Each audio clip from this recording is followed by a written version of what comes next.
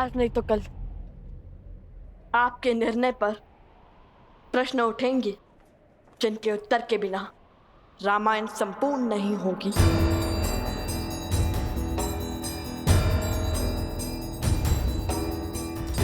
इस प्रश्न का उत्तर सीता के त्याग का केवल यही पीढ़ी नहीं, आने वाली हर पीढ़ी आभार मानेगी।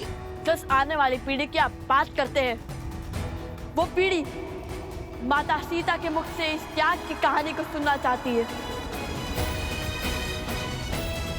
ढूंढिए माता सीता को, उन्हें स्वीकारिए। माता सीता का स्थान कोई स्वर्ण मूर्ति नहीं ले सकती। सीता यहां नहीं आ सकती। तुम दोनों अब ये वाद विवाद छोड़ दो और अश्व को मुक्त कर दो। उद्दंडता की भी सीमा होती है।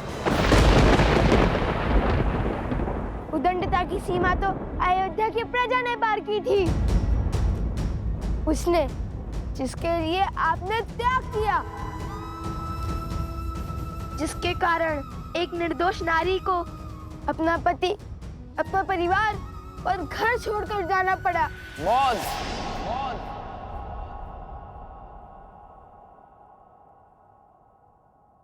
अश्व दो, अश्व दो, या फिर युद्ध के लिए सज्ज हो जाओ।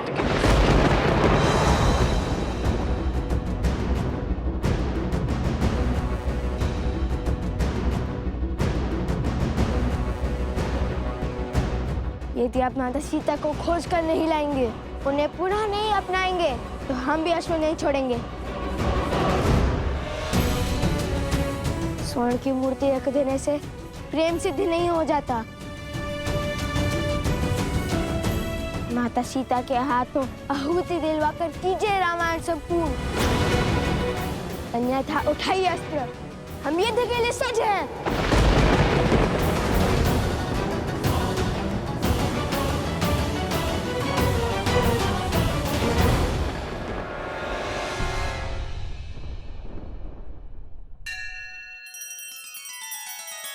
श्री रामचंद्र कृपालु भजु मन हरण भव भय दारुणम। नव कंज लोचन कंज मुख कर कंज पद कंजारुणम। सिया राम, सिया राम, सिया राम, सिया राम, सिया राम, सिया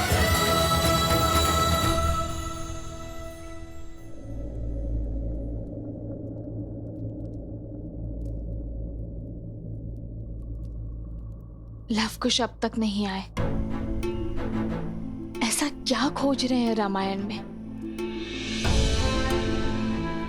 सोम, तुम भोजन करो, मैं उन्हें लेकर आती हूँ। नहीं माता, आप। मैं शीघ्र ही लौट आऊंगी। तब तक तुम भोजन का आनंद लो।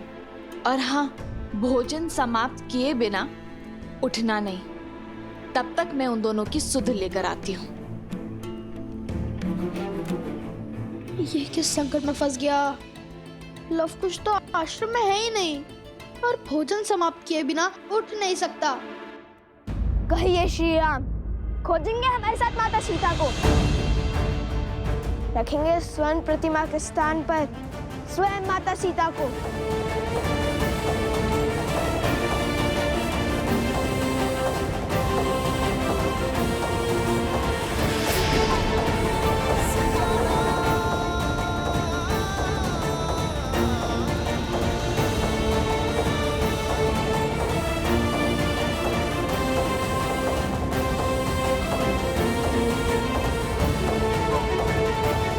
मैं तुम दोनों को क्षमा कर सकता हूं, बिना युद्ध के इस अश्व को लेकर जा सकता हूं, किंतु जो शस्त्रहीन और दुर्बल पर वार करते हैं वो क्षमा के नहीं, मेरे दंड के भागी होते हैं।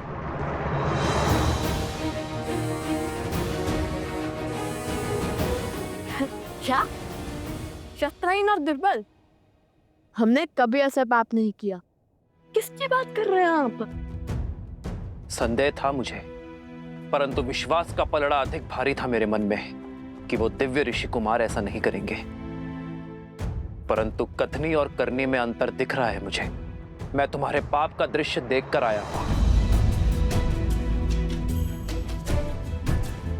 लज्जा से नेत्र झुक गए मेरे। अपनी शक्ति का प्रदर्शन करने के लिए तुम दोनों ने पूरे गांव को भस्म कर दिया।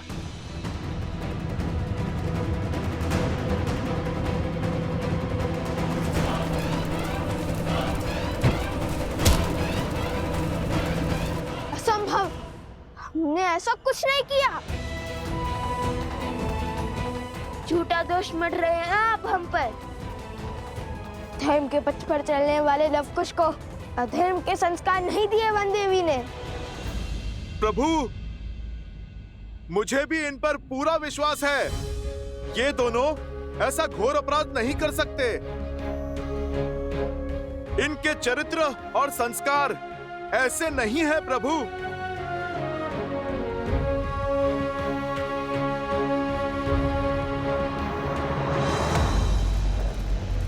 अच्छा हुआ भैया, हमने उस गांव पर अपनी माया का खेल नहीं खेला।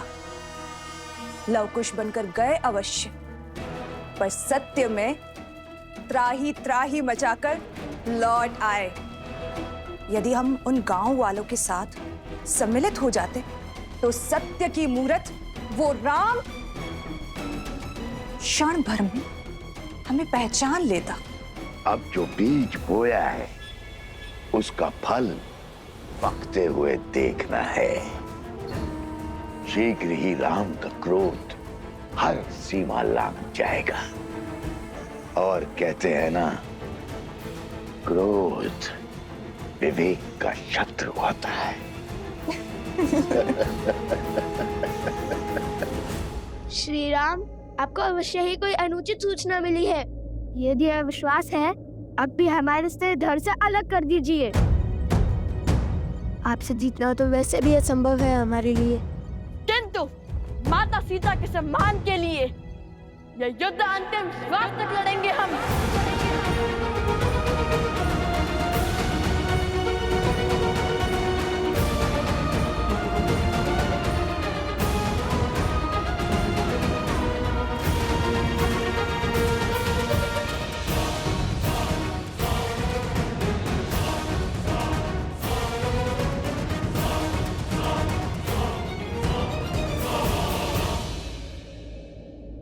युद्ध आरंभ होने से पूर्व मेरी एक अंतिम बात और सुन लो। व्यक्ति का जीवन उस पर उसके माता पिता का ऋण होता है। मैं नहीं चाहता कि तुम उनकी अनुमति के बिना, उनकी जानकारी के बिना ये युद्ध लड़ो। जाओ और जाकर अपने माता पिता और अपने परिजनों से मिलकर आओ। कदाचित तुम्हारे माता पिता तुम्हें समझा पाए, तुम दोनों को अपनी भूल का आभास करवा पाए। कौन है तुम्हारे पिता?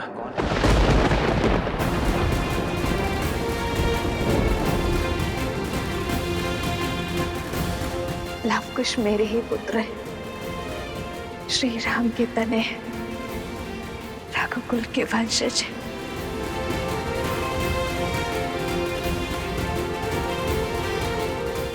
क्या योद्धा के लिए उसके कुल का नाम होना आवश्यक है? हमारी माता ही हमारे पिता हैं।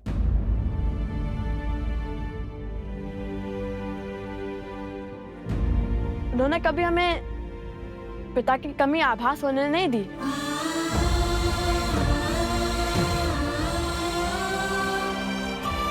मैं किसी के कुल पर प्रश्न नहीं उठा रहा, पर क्या तुम दोनों की माता को तुम्हारे इस कर्म का ज्ञान है? नहीं। तो जाओ और अपनी माता को इस निर्णय से अवगत कराओ। हो सकता है कि ये सत्य जानकर वो तुम दोनों को ये अनर्थ करने से रोक दे।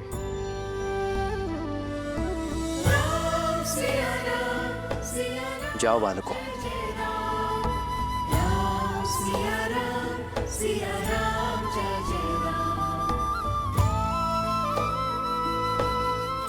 हनुमान जी, हमारे अश्व की रक्षा का दायित्व आपका है, वचनबद्ध हैं आप। राम सिया राम जय जय राम। राम सिया राम जय जय राम। हे महादेव, कोई चमत्कार दिखाइए, सीता माता को सत्य से अवगत करवाइए। जितना मैंने लवकुश को जाना है वो पीछे हटने वाले नहीं हैं।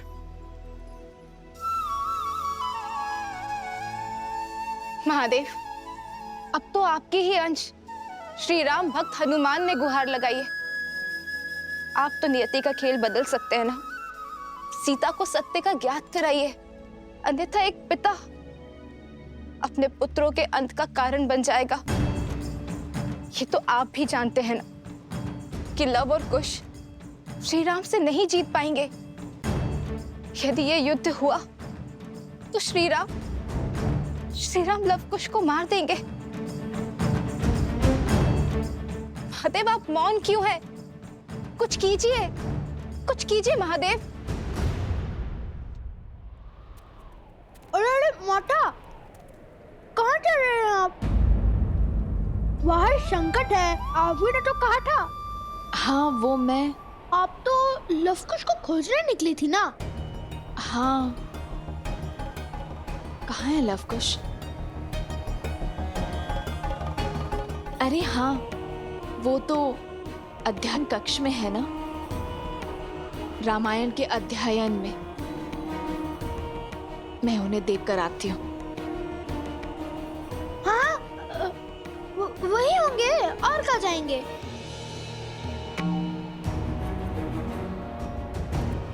कह तो दिया, किंतु वो अध्ययन कक्ष में आएंगे कैसे?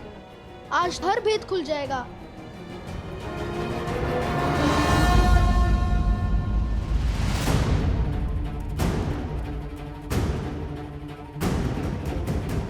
लवकुश,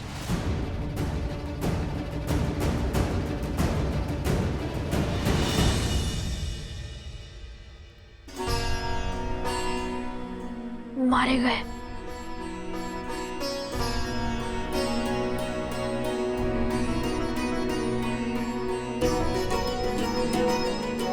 बचकर, किंतु क्या ये माता के अंतिम दर्शन है? कहाँ है लवकुश? अरे हाँ, वो तो अध्ययन कक्ष में है ना। मैं उन्हें देख कर आती हूँ।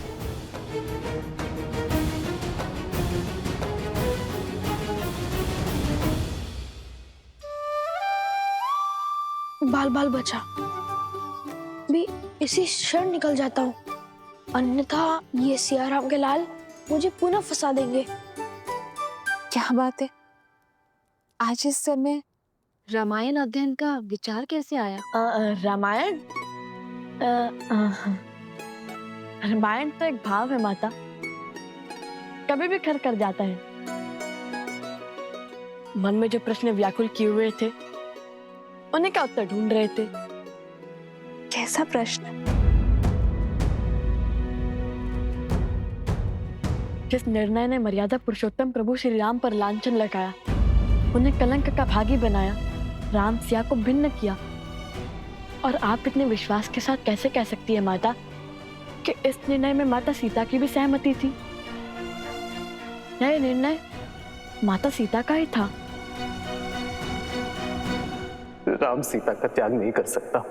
किंतु राम सीता का त्याग नहीं कर रहा है। महाराजा राम महारानी का त्याग करना होगा। हम दोनों अपने राज्य का परित्याग कर देंगे तो ना ही कोई प्रश्न उठेंगे और ना ही कोई उत्तर की अपेक्षा करेंगे। हम दोनों नहीं, केवल मैं आ रहे हूं। जिसने रामायण को ध्यान से पढ़ा है, उसके हर एक शब्द को समझा है, उसे इतना भान तो होना ही चाहिए। रामायण जैसे महाकाव्य को पढ़कर भी जो श्री राम और सीता को ना समझ पाया, तो वो तो अभागा हुआ ना। जो श्री राम पर संदेह करते हैं वो ये भूल जाते हैं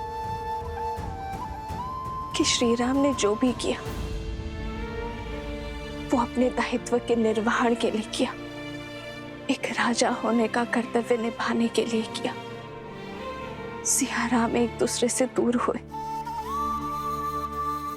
तो समाज के कल्याण के लिए, जैसे जब पहली बार उन दोनों का साथ छूटा तब संसार ने रावण जैसे पापी दुष्ट से मुक्ति पाई। और यदि इस बार उन दोनों ने अलग होने का निर्णय लिया है तो इस धरती से रावण रूपी सोच का अंत करने के लिए लिया है। इस संसार में स्त्रियों और पुरुषों का स्थान एक समान करने के लिए किया है। अलग हुए नारियों को समान अधिकार दिलाने के लिए। जो रामायण की पवित्रता पर संदेह करते हैं वो अभागे हैं, अबोध है। उन्हें श्री राम के संपूर्ण अयान को समझने की आवश्यकता है, जो समय आने पर स्वयं ज्ञात हो ही जाएगा।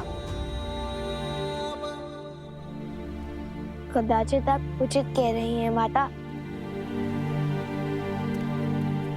तो क्या आपके कथन का अर्थ है कि माता सीता और प्रभु श्री राम अब कभी नहीं मिलेंगे?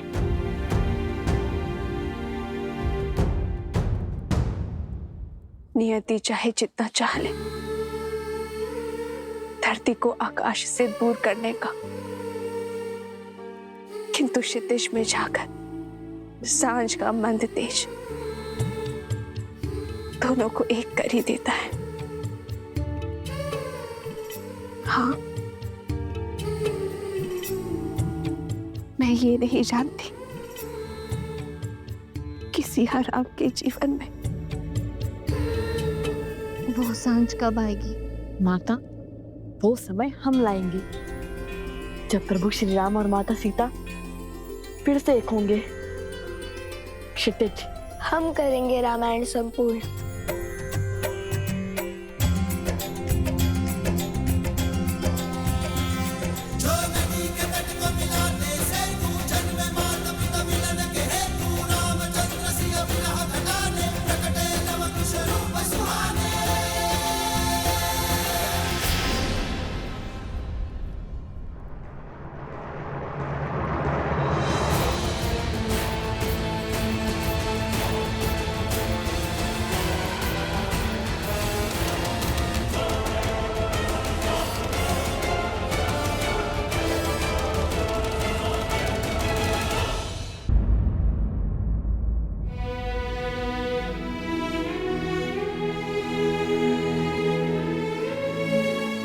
नहीं प्रभु, मैं वचनबद्ध हूं प्रभु।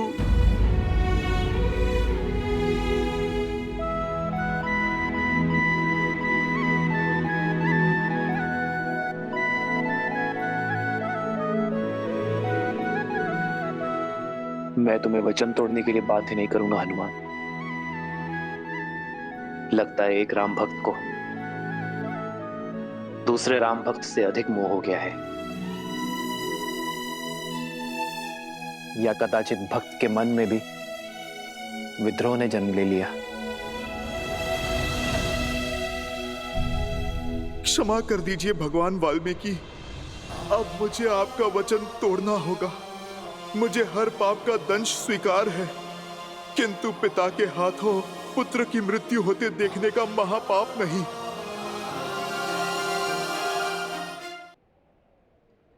प्रभु, वो लवकुश साधारण ऋषि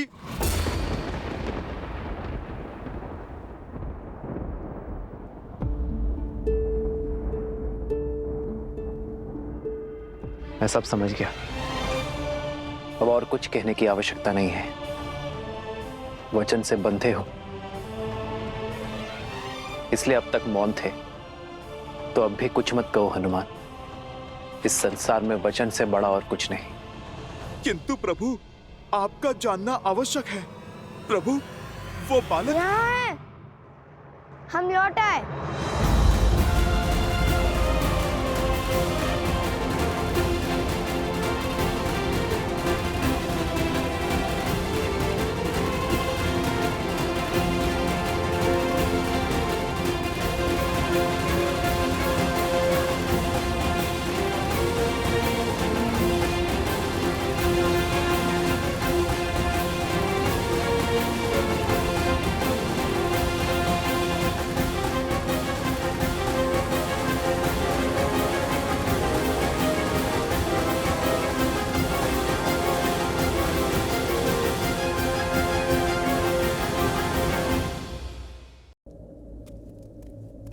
नहीं,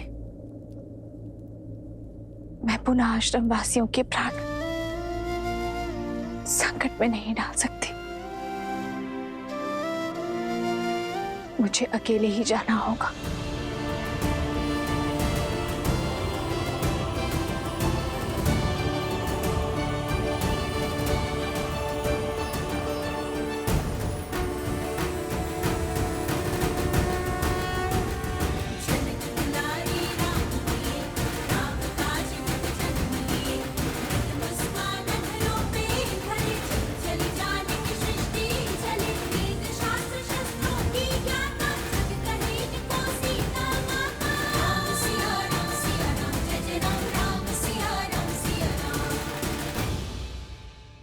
लवकुश, आपने अपनी माता को सत्य बताया? मुख से तो नहीं कहा, किंतु संकेत अवश्य दे दिया हनुमान जी। श्री राम और माता सीता के संबंध पर अटूट विश्वास रखती है हमारी माता। इसलिए श्री राम और माता सीता को मिलाने का प्रयास हमारा धर्म भी है और कर्तव्य भी। कारण चाहे जो हो, तुम्हें अपनी माता से सत्य नहीं छुपाना चाहिए था। जितना हमने अपनी माता के जीवन को समझा है, यदि उन्हें सत्य का भान होता तो कदाचित हमें युद्ध से रोक सकती थी, किंतु हमारा उद्देश्य समझकर, हमारा लक्ष्य जानकर वे हमारा साक्ष्य देती। तन और मन दोनों से आपसे युद्ध करने के लिए सत्य है श्री राम।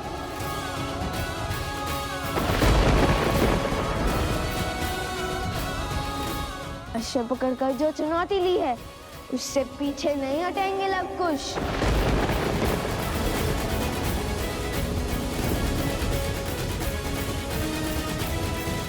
जैसी तुम्हारी इच्छा। मैंने हर धर्म का पालन किया ताकि तुम दोनों को इस युद्ध की अग्नि में जलने से रोक सकूं। और यदि युद्ध करने की ही मंशा है तुम्हारी, तो तथास्तु।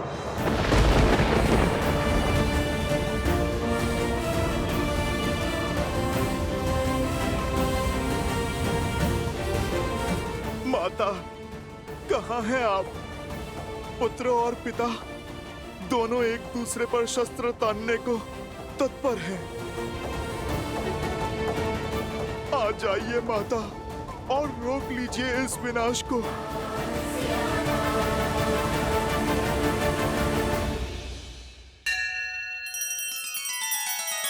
श्री रामचंद्र कृपालु भजु मन हरण भव भय दारुणम।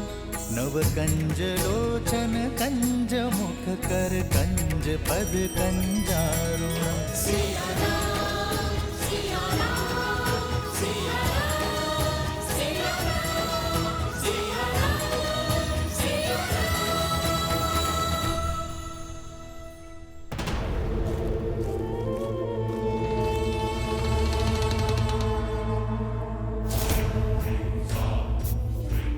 आओ सीता आओ, चली आओ अपनी मृत्यु के पीछे।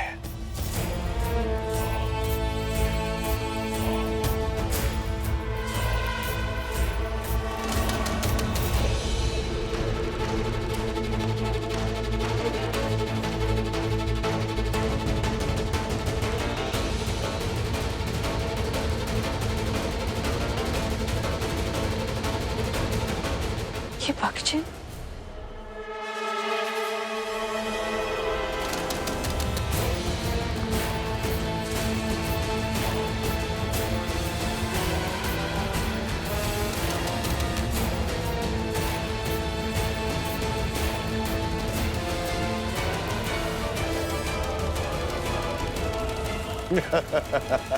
अद्भुत!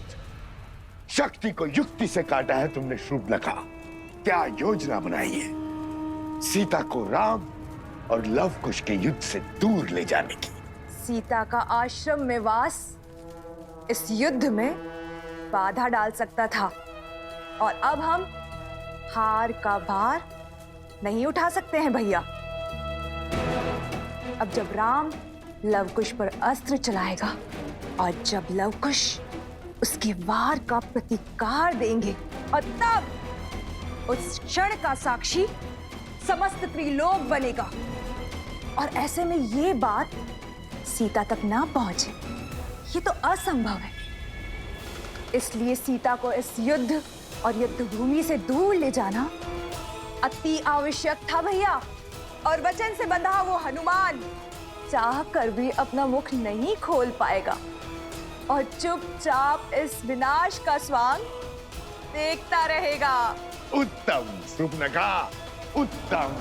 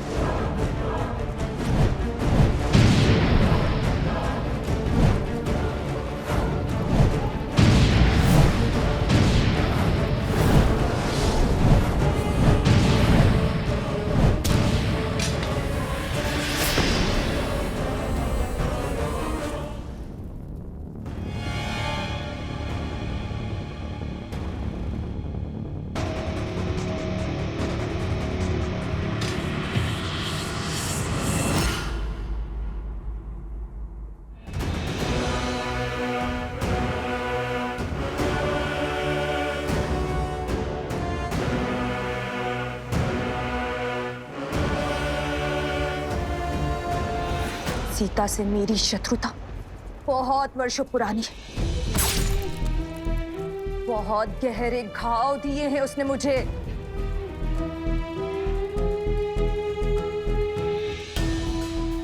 आज मैं उससे अपनी हर पीड़ा, हर दुख, हर कष्ट का प्रतिशोध लूंगी। आज उस सीता का अंत होगा। एक साधारण सी स्त्री होकर भी मेरी माया को हराया उसने। मेरे तिरस्कार का कारण बनी वो। मेरे कुल को लील गई और मेरे भ्राता को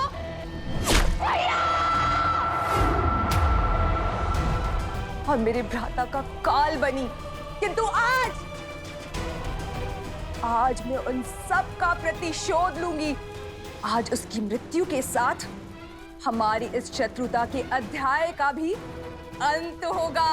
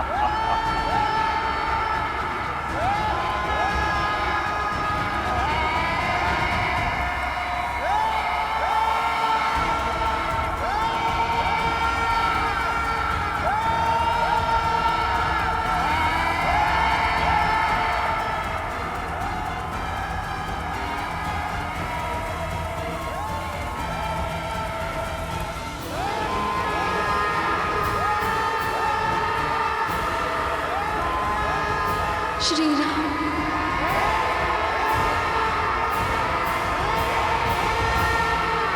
आज हमारी चाल केवल राम सिया की नहीं बल्कि समस्त रघुवंश का अंत कर देगी। रघुवंश के विनाश का शंखनाद हो चुका है भैया, और अंत के इस अध्याय का आरंभ हो चुका है। रघुकुल ने सदा ही ऋषि मुनियों के हर कार्य को सिद्ध किया है, उनके पूजा पाठ को सुरक्षा का कवच दिया है। रघुकुल का एक भी तीर किसी ऋषि के विरुद्ध नहीं चला है, किसी मुनि के तन को छलनी नहीं किया है। और यदि मैं राजा होकर यह युद्ध लड़ूंगा तो न्याय की हानि होगी।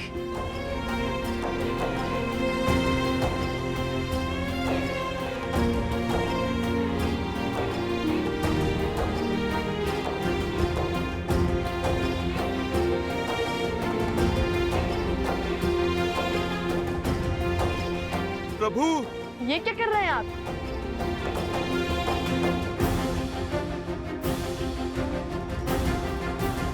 राजा के आभूषण उसकी पहचान होती है, आप ये क्यों उतार रहे हैं? राजा, तुम्हारी दृष्टि में जो अपराधी है वो राजा राम नहीं, सीता का पति राम है। और एक पति का सीधा संबंध उसकी पत्नी के साथ होता है। जिसकी पत्नी वनवासी है, श्रृंगार और आभूषण धारण नहीं करती, तो तुम्हारे प्रश्न और प्रहार का उत्तर देते हुए ये पति भी ये आभूषण धारण नहीं कर सकता। और दूसरी बात, शास्त्रों के अनुसार एक राजा का ऋषि कुमारों से युद्ध करना वर्जित है, किंतु ऋषि कुमारों में द्वंद्व संभव है। तो इसलिए आज ये राजा राम कुछ समय के लिए अपना राजसी रूप त्याग कर एक वनवासी की भांति युद्ध लड़ेगा। श्री राम श्री राम श्री राम श्री राम श्री राम श्री राम श्री राम श्री राम। ना पिता को सत्य का भान है और ना ही पुत्रों को। पिता को ये नहीं पता कि वो अपने ही वंश को लील रहे हैं, और पुत्रों को ये आभास नहीं है कि वो जिन पर बाण ताने खड़े हैं वो उनके ही पिता हैं। कदाचित सत्य का ज्ञान इस युद्ध को टाल सकता है। कम से कम ये प्रयास तो कीजिए कि सत्य उन तक पहुंच सके। सत्य उचित समय आने पर ही सबके समक्ष उजागर होता है देवी, और जो समय से पूर्व ही सत्य को सबके सामने लाने का प्रयास करता है वो नियति के लक्ष्य में बाधा उत्पन्न करता है। आवश्यक नहीं कि समय सदैव आपके पक्ष में हो, क्योंकि सत्य और समय कभी साथ साथ होते हैं तो कभी भिन्न। श्री राम और लवकुश के मध्य होने वाले इस युद्ध को भी स्वयं समय ने ही चुना है। स्वयं समय ने ही साक्षात नारायण को इस दुविधा में डाला है कि वो इस परीक्षा की घड़ी का सामना करे। ये द्वंद्व आने वाली पीढ़ियों को ये संदेश देगा कि परीक्षा की घड़ी आने पर, दुख की घड़ी आने पर उससे लड़ा नहीं जाता, उसे काटा जाता है। और सीता, उनका क्या महादेव? वो तो सूर्पनखा और सहस्त्र रावण के पाश में फंसी है। कहीं जो काम शक्ति नहीं कर पाई वो युक्ति ना कर दे। नहीं नहीं महादेव, सीता को कुछ नहीं होना चाहिए।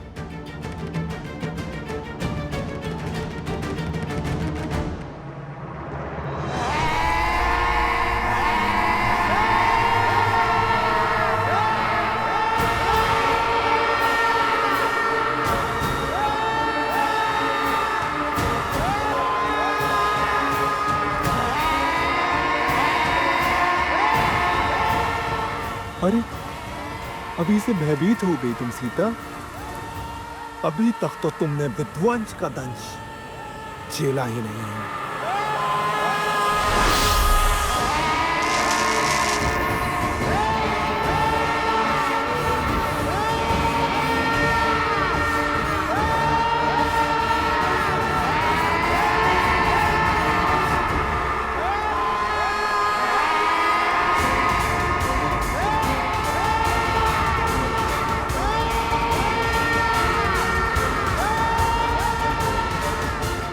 मार डालो बानासुर, अंत कर दो इस सीता का। इसके साथ ही रामायण की गाथा और उसकी संपूर्णता की कथा का अंत हो जाएगा भैया।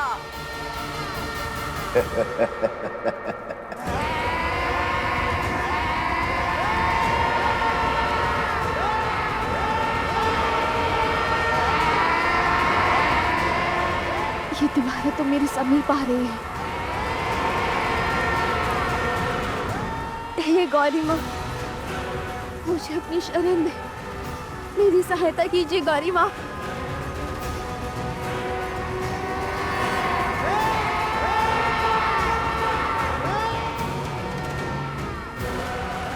रक्षा करे माँ गौरी, रक्षा करे।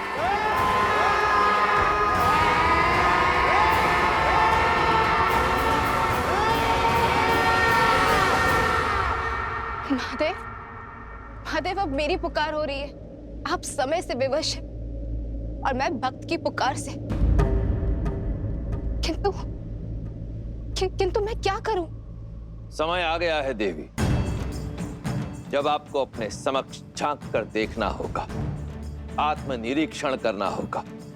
यही समय की मांग है, आपके लिए भी और देवी सीता के लिए भी। मैं कुछ समझी नहीं। भूल रही हैं आप, गौरी का एक दूसरा रूप भी है, जिससे साक्षात काल, महाकाल दोनों भयभीत रहते हैं।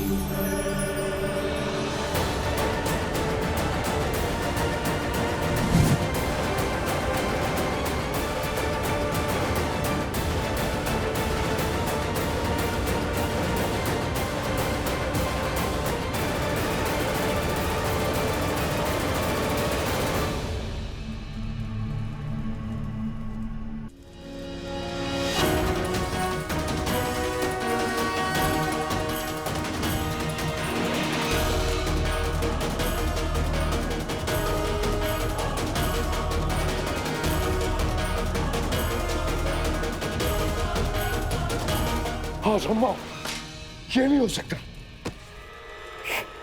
ये नहीं हो सकता।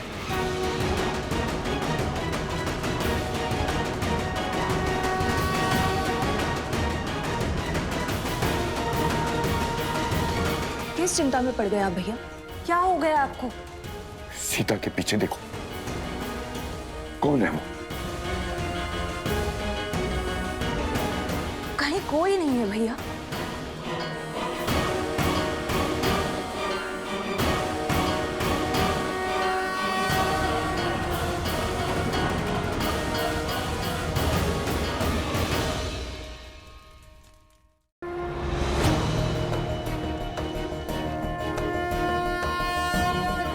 गंधर्वी, गंधर्वी चंचलाक्षी मर चुकी है वो। फिर यहाँ कैसे है? ये कैसी माया है? गंधर्वी चंचलाक्षी? कौन है ये? क्या हो रहा है आपको भैया? भैया, किसकी बात कर रहे हैं आप? कौन है ये, मुझे बताइए भैया।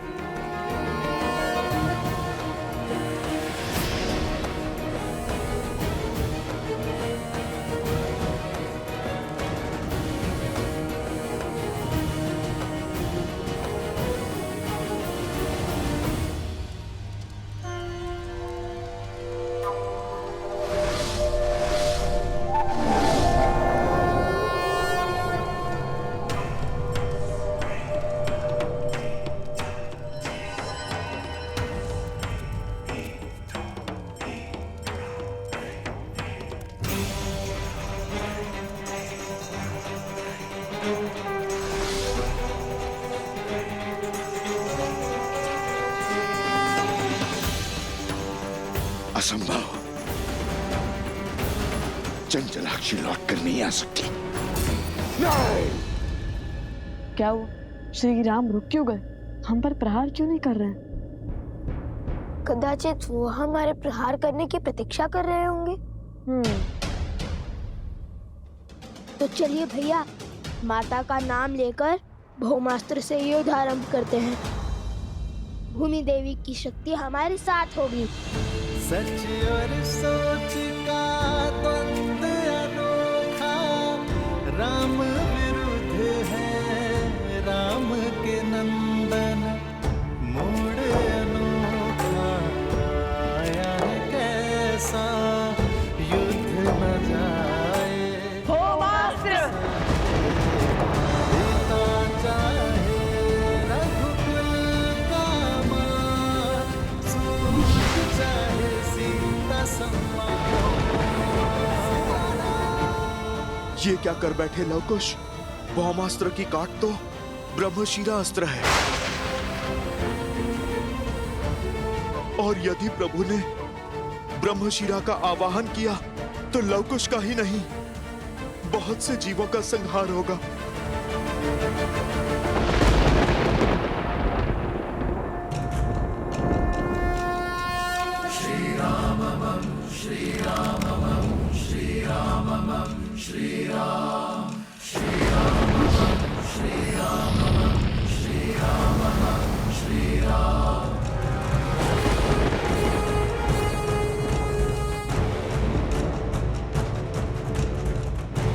एक क्षण भैया, यदि श्री राम ने भौमास्त्र के विरुद्ध ब्रह्मशिरा अस्त्र का उपयोग किया तो हमारे पास उसका काट भी नहीं है। वो निर्णय उनका है।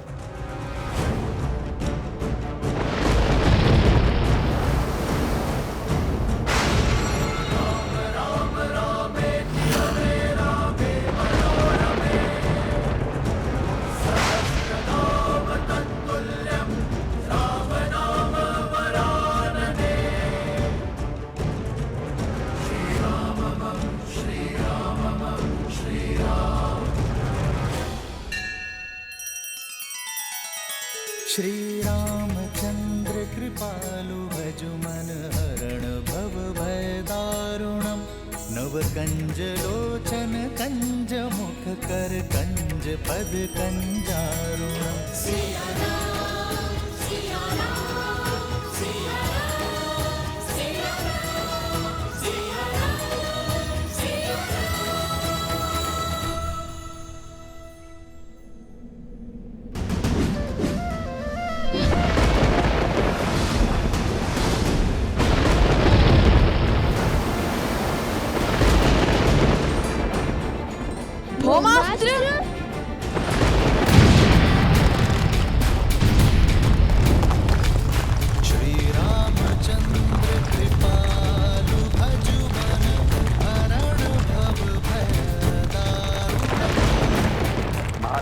आगे अस्त्र की शक्ति नहीं, धर्म की शक्ति चलती है।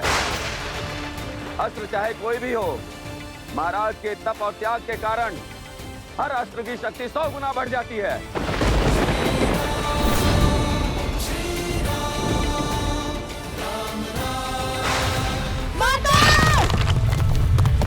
लवकुश!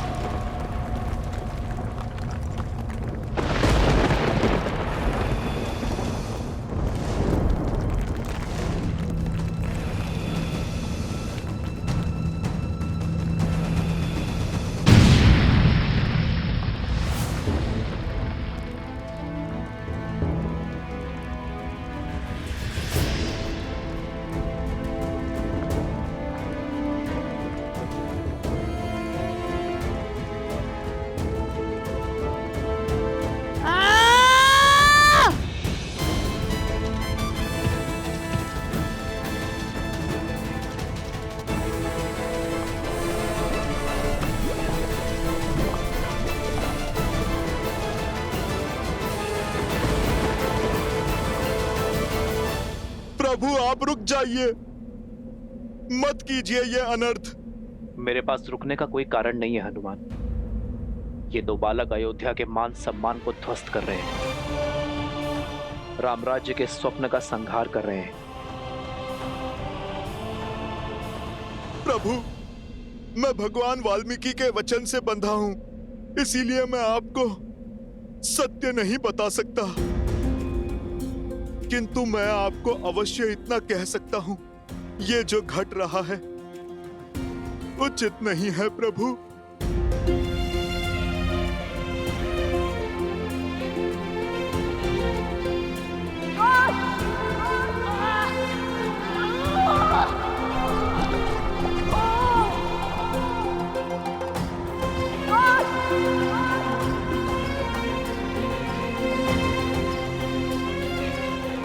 तुम ठीक कह रहे हो हनुमान,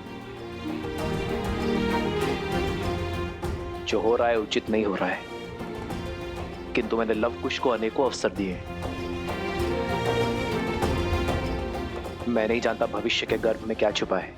मैं नहीं जानता कि लवकुश के भाग्य में जीवन है या मृत्यु, किंतु ये इनके स्वयं के कर्म है, जिसका फल उन्हें भोगना ही होगा।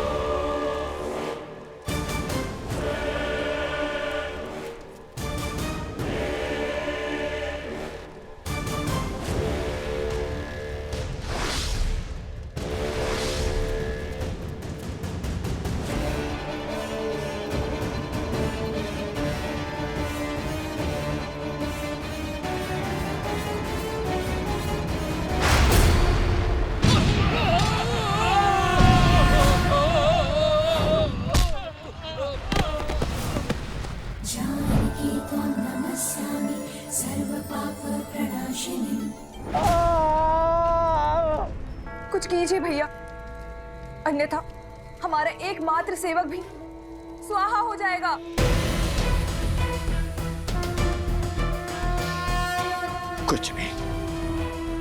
कुछ नहीं कर सकता मैं। ये चंचलाक्षी है।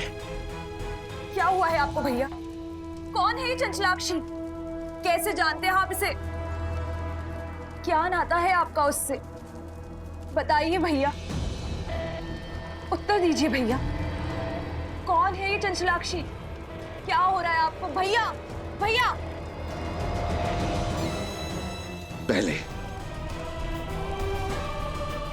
पहले बानासुर को बचाना होगा। यदि सीता को मेरा सत्य पता चला तो वो मेरी मृत्यु का भेद भी जान जाएगी।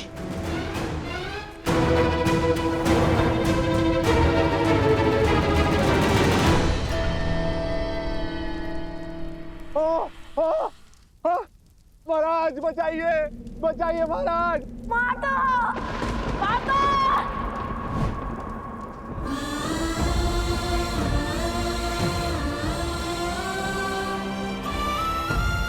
ये सब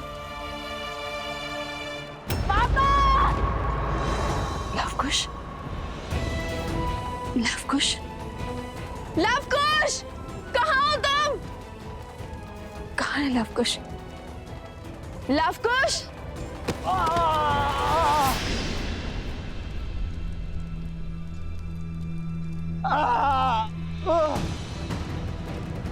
ये अवश्य इन असुरों की कोई माया थी, मेरे मंत्र जाप में विघ्न डालकर भाग निकलने की इनकी युक्ति थी। ये मेरे पुत्रों का स्वर नहीं था।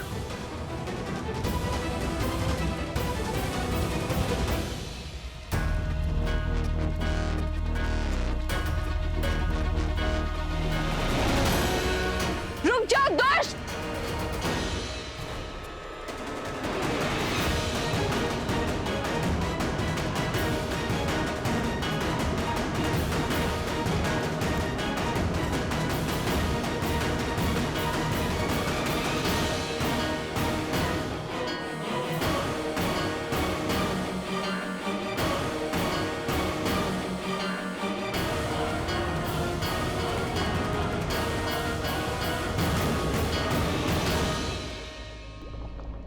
संभाल कर कुश, ये पत्थर तो खिसक रहे हैं।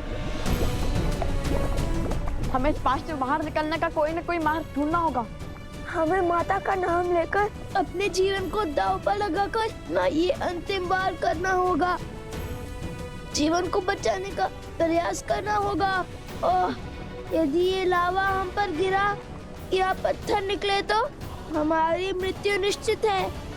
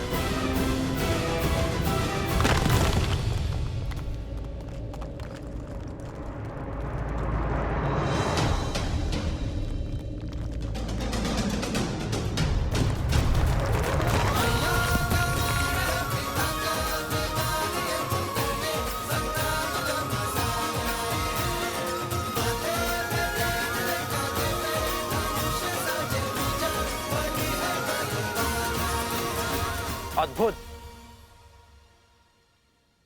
मैं जानता था तुम दोनों अवश्य लौटोगे। तो बताओ, मृत्यु के इतना समीप जाने के बाद क्या इच्छा है तुम्हारी? क्या आप भी मुझसे युद्ध करोगे? क्या समर्पण करोगे? बालकों, मान जाओ प्रभु की बात। स्वीकार कर लो प्रभु का ये अवसर, स्वीकार कर लो। जब श्री राम और राजानुज लक्ष्मण को अहिरावण उठाकर ले गया था, जब आपको कोई मार्ग नहीं सूझ रहा था, तब क्या आपने पीछे हटने का विचार किया था? जब मेघनाथ ने लक्ष्मण जी को घायल किया था, तब आपने पीछे हटने का सोचा था?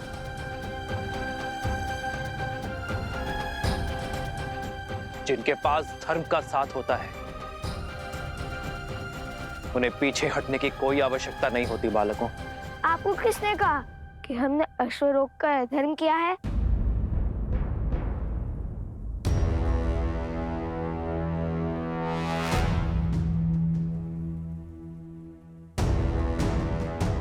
ये अश्वमेध का अश्व है, जो धर्मात्मा महाराज कौशल नरेश अयोध्यापति श्री राम की संपत्ति है और मर्यादा और धर्म की गति का प्रतीक है।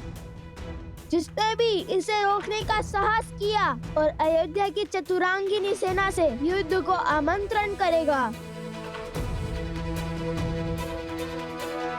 हमने तो केवल ये चुनौती स्वीकारी है।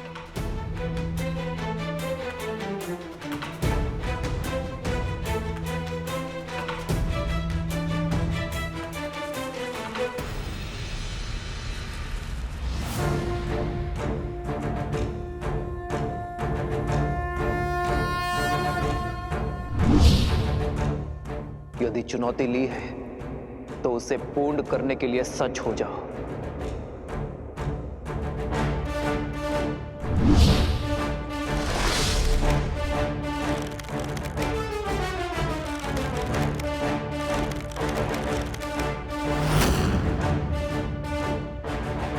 सावधान!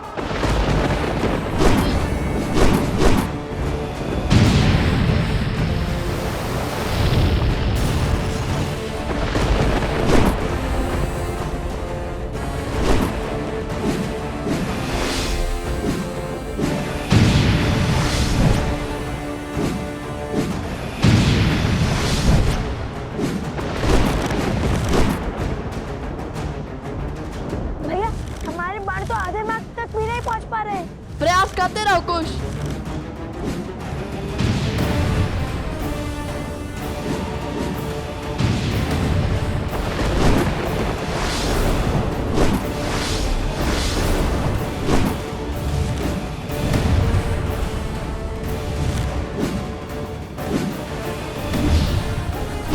भैया उनके माथे पर तो श्वेत तक भी नहीं उभर रहे और यहाँ हम मन और संबल हारते जाते हैं।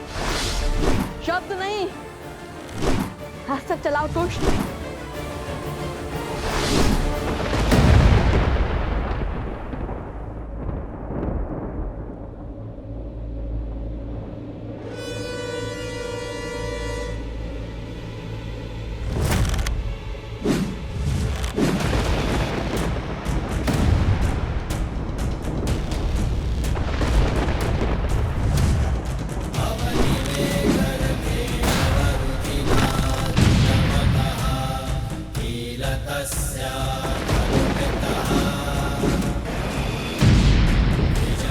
किशोर अवस्था में ये बालक श्री राम के सामने खड़े हैं, उन श्री राम के सामने जिनके आगे रावण और बाली जैसे महाबली नहीं टिक पाए।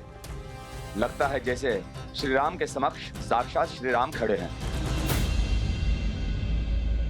ये विद्या के धनी अवश्य हैं, किंतु विद्या का उपयोग अधर्म के लिए कर रहे हैं। ये विद्या राष्ट्र की भलाई, देश के विकास के काम आनी चाहिए थी, किंतु उन्होंने बुराई का पथ चुना है। और बुराई चाहे जितनी बलशाली हो,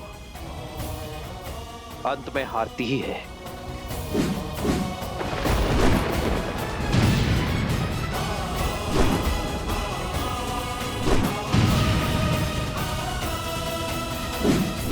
यह युद्ध आज समाप्त होकर ही रहेगा।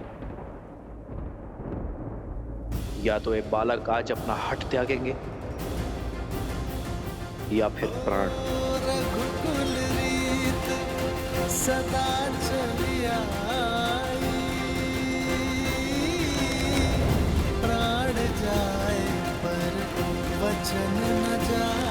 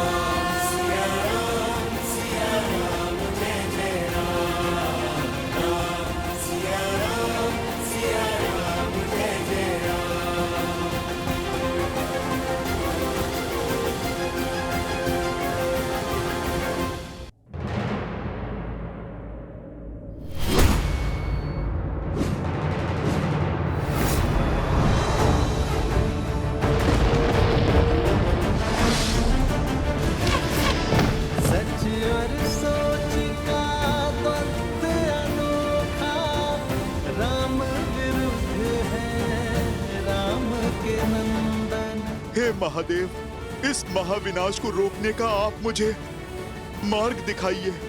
मेरे प्रभु और उनके वंशजों को इस अनर्थ से बचाइए महादेव।